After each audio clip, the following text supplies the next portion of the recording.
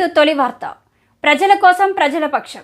వార్తలు చదువుతుంది మీ సుమలత. మహబూబ్ నగర్ జిల్లా కేంద్రంలో ఏకకాలంలో 2 లక్షల రుణమాఫీ పట్ల హర్షం వ్యక్తం చేస్తూ ఘనంగా సంబరాలు. రైతు రుణమాఫీ చారిత్రక నిర్ణయం. విలేకరుల సమావేశంలో మహబూబ్ నగర్ జిల్లా కాంగ్రెస్ అధ్యక్షులు Devarakadra MLA G Madhusudan Reddy, GMR Mahabub Nagar జిల్లా కేంద్రంలోని న్యూ టౌన్లో జిల్లా కాంగ్రెస్ ఆధ్వర్యంలో రుణమాఫీ పట్ల హర్షం వ్యక్తం చేస్తూ రైతులు, కాంగ్రెస్ నాయకులు, కార్యకర్తలు ఘనంగా సంబరాలు నిర్వహించి ముఖ్యమంత్రి చిత్రపటానికి పాలాభిషేకం నిర్వహించిన మహబూబ్ నగర్ జిల్లా కాంగ్రెస్ అధ్యక్షులు దేవరకద్ర ఎమ్మెల్యే జి మధుసూదన్ రెడ్డి తదితర కాంగ్రెస్ ముఖ్య నాయకులు. అనంతరం జిల్లా కాంగ్రెస్ కార్యాలయంలో నిర్వహించిన విలేకరుల సమావేశంలో జిఎంఆర్ మాట్లాడుతూ 47 లక్షల మంది రైతులు 31,000 కోట్లు ఏకకాలంలో 2 లక్షల రుణమాఫీ చేస్తూ ముఖ్యమంత్రి రేవంత్ రెడ్డి కేబినెట్లో నిర్ణయం తీసుకోవడం చారిత్రాత్మకమన్నారు. రాష్ట్ర రైతాంగానికి ఇచ్చిన మాటకు కట్టుబడి సాహసోపేతమైన నిర్ణయం తీసుకున్న ముఖ్యమంత్రికి ధన్యవాదాలు తెలియజేశారు.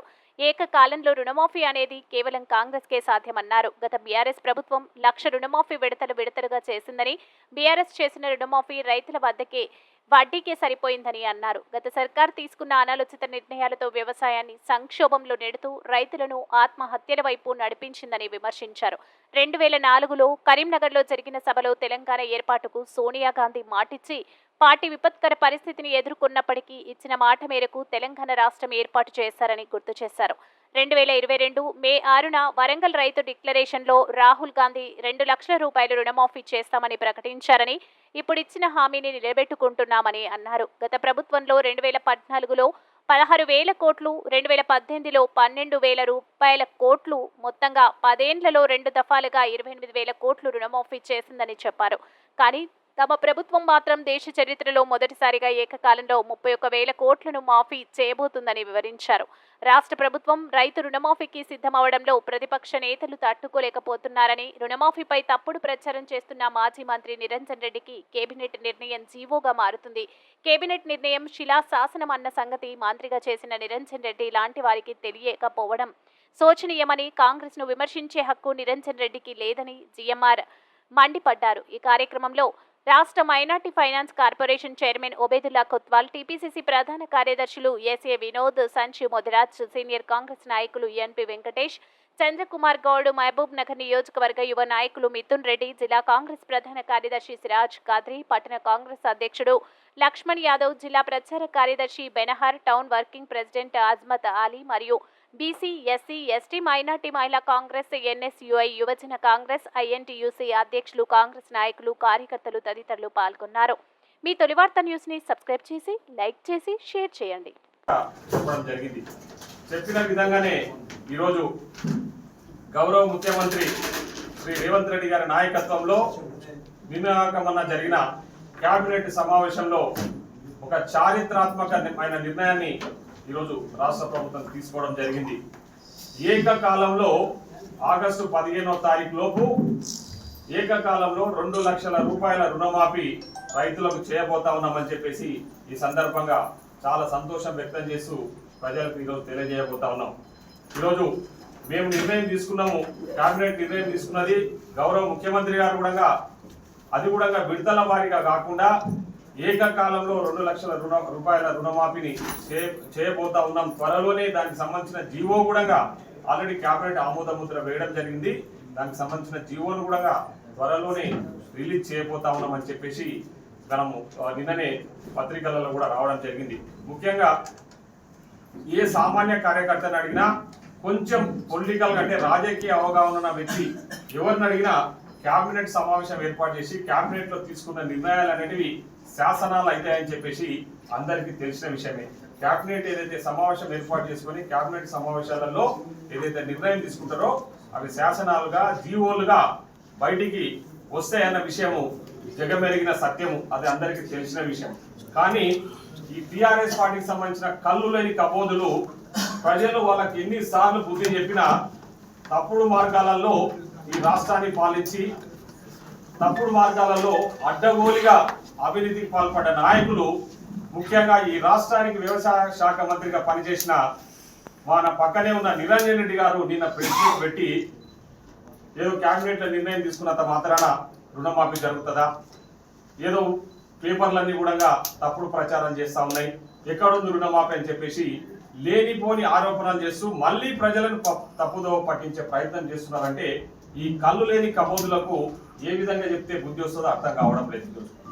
కేబినెట్ లో నిర్ణయం తీసుకున్నాము 31,000 కోట్ల రూపాయలు ఈరోజు ఈ 2 లక్షల రుణమాఫీ చేయడానికి అవసరమైతే దానికి సంబంధించిన అన్ని విధాలు కూడా అన్ని నిర్ణయాలు తీసుకున్నారు, అన్ని సమకూర్చుకోవడం కూడా జరిగింది. కాబట్టి ముఖ్యమంత్రి గారి అధ్యక్షతన జరిగిన కేబినెట్ సమావేశంలో ఈ నిర్ణయం తీసుకొని మేము చెప్పడం జరిగింది. గతంలో టీఆర్ఎస్ వాళ్ళు రుణమాఫీ చేస్తామని వాళ్ళు చేసి 10 ఏళ్ల కాలంలో వాళ్ళు చేసిన రుణమాఫీ ఎంత అంటే 21,000 కోట్లు మాత్రమే.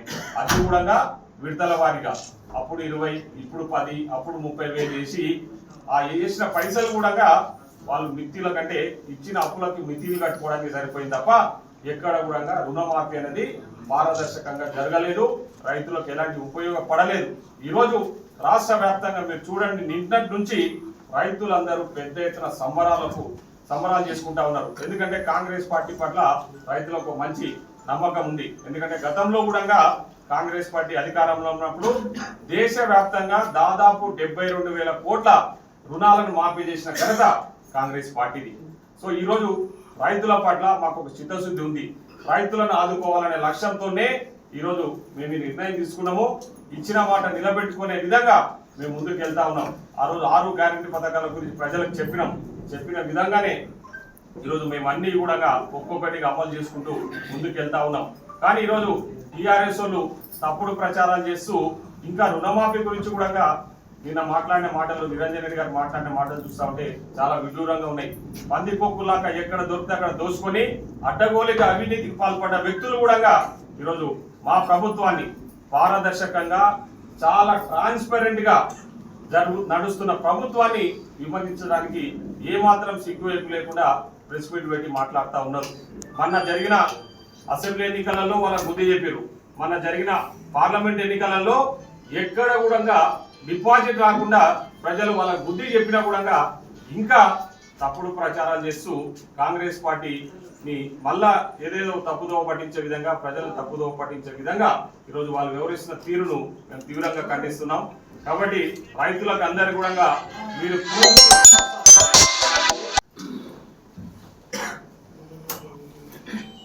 భారతదేశ చరిత్రలో చాలా రాజకీయ పార్టీలు వచ్చినాయి పోయినాయి, కానీ కాంగ్రెస్ పార్టీ ఏకైక పార్టీ ప్రజల ఆకాంక్ష మేరకు సంక్షేమ అభివృద్ధితో పాటు ఇచ్చిన మాట నిలబెట్టే ఒక నమ్మకం కలిగిన పార్టీగా ఈరోజు పేరుంది. దాంతోపాటు కాంగ్రెస్ పార్టీ విధానమే రైతు పక్షపాత విధానం. ఆ రోజు నెహ్రూ గారు, ఇందిరాగాంధీ గారు గ్రీన్ రెవల్యూషన్, సాగునీటి సమస్యల పరిష్కారం, సాగునీటి ప్రాజెక్టు అంటేనే ఒక దేవాలయంగా భావించే పార్టీ కాంగ్రెస్ పార్టీ. ఈ రోజు కూడా అధికారం ఉన్నా లేకున్నా రైతుల పక్షాన పోరాడి రైతులకు పనిచేసిన పార్టీ కాంగ్రెస్ పార్టీకి ఈరోజు గుర్తింపుంది. గతంలో ఎన్డీఏ ప్రభుత్వము రైతులకు సంబంధించి 4 చట్టాలు తీసుకొస్తే ఆ బ్లాక్ క్లాస్కు చాలామంది రైతులంతా కూడా ఏకమై దాదాపు 3 ఏళ్ళు పోరాటం చేస్తే ఈ ప్రభుత్వం జరగలేదు. కానీ కాంగ్రెస్ పార్టీ రాష్ట్ర నాయకత్వంలో ఆ రోజు యావత్ దేశ ప్రజానికానికి, రైతాంగానికి జాగరణ చేసి ఆ చట్టాలు వాపసు తీసుకునే విధంగా పనిచేసిన పార్టీ కాంగ్రెస్ పార్టీ. ఈరోజు ఎవరే మాట్లాడినా ఈరోజు రుణమాఫీ అనేది ఒక పెద్ద శాసన నిర్ణయం సీఎం గారు. ఈరోజున్న రాష్ట్ర ఆర్థిక పరిస్థితి టీఆర్ఎస్ ప్రభుత్వంలో కూడా దివాలా తీసి అప్పులపాలు చేసి ఈ రాష్ట్రాన్ని అయ్యమని ఇచ్చిన పార్టీ టీఆర్ఎస్ పార్టీ. దాన్ని ఈరోజు రేవంత్ రెడ్డి గారి నాయకత్వంలో మళ్ళీ గాడిని తీసుకొచ్చి ఆయన మాట ఇచ్చింది కాబట్టి ఆ మాట నిలవడాలని చెప్పి ఈరోజు రైతులకు 2 లక్షల రుణాలంటే దాదాపు 31,000 కోట్ల రూపాయలు 31,000 కోట్ల రూపాయలు ఈరోజు మాఫ్ చేసే కార్యక్రమం తీసుకున్నారు. నేను అనుకుంటున్నా బహుశా యావత్ భారతదేశంలో ఇంత పెద్ద మొత్తంలో రుణమాఫీ జరగలేదు. అంటే ఈరోజు టీఆర్ఎస్ పార్టీ మీద మాట్లాడుతున్నారు. వాళ్ళు మాట్లాడే విధానం చూస్తుంటే నిజంగా సిగ్గేస్తుంది. నిన్న మన ఎన్నికల్లో ఏ తాలూకాలు కూడా వాళ్ళకి జిల్లాలో డిపాజిట్ అడగవాలి. డిపాజిట్ రాని పార్టీ గతంలో అసెంబ్లీలో వాళ్ళకి ఇంటికి పంపించారు, మన పార్లమెంట్ ఎలక్షన్లు ఇంటికి పంపించారు. అయినా కూడా సిగ్గు లేకుండా ఏదో వాళ్ళ ఇంటికి వాళ్ళకి ఈరోజు చేస్తున్నారు. వాళ్ళు ఉన్న కార్యకర్తల నాయకులందరూ కూడా కాంగ్రెస్ పార్టీ బాగా చేస్తుంది ప్రశ్నిస్తుంది ఈరోజు. ప్రధానంగా రేవంత్ రెడ్డి గారి జిల్లాలో ముఖ్యమంత్రి అయిన తర్వాత ఈ ప్రాంత అభివృద్ధి కొరకు చేసిన కార్యక్రమాలు, ఈరోజు సాగునీరు శాశ్వత పరిష్కారం కొరకు చేసిన కార్యక్రమాలు, గతంలో పెండింగ్ ఉన్న ప్రాజెక్ట్స్ పూర్తి చేసి దాంతో పాటు కొత్తగా మక్తల్ కొడంగల్కి సంబంధించిన ప్రాజెక్టు తీసుకొచ్చే కార్యక్రమం చేస్తున్నారు. ఇవన్నీ చూస్తుంటే ఎవరు లేక వాళ్ళు ఈరోజు వారు ఉనికి ఓడ్పురు కాబట్టి ఏదో మాట్లాడే విధానం చేస్తున్నారు. కాబట్టి నేను మిత్రులారా మీతో ఈ ప్రజానికి చెప్పదలుచుకున్నాను, ఈ దేశంలో ఏ రాజకీయ పార్టీ ఉంది, ప్రజల పక్షాలను నమ్మే పార్టీ ఉంది, సంక్షేమాన్ని నమ్మే పార్టీ ఉంది, అభివృద్ధి నమ్మే పార్టీ అంటే కేవలం కాంగ్రెస్ పార్టీతో వేరే పార్టీ కాదు. ఇచ్చిన మాట నిలబెట్టే గుణము కాంగ్రెస్ పార్టీ బియ్యలో ఉందని చెప్పక తప్పదు. కాబట్టి ఈరోజు మేమందరం కూడా జిల్లా ప్రజల తరఫున, ప్రధాన ప్రజల తరఫున ముఖ్యమంత్రి గారికి ఎదుర్కొంటూ తప్పక మీరు చూపించిన దారిలో తప్పకుండా ప్రజలు నడుస్తారని చెప్పి ఆశిస్తున్నాను. జై హింద్, జై కాంగ్రెస్.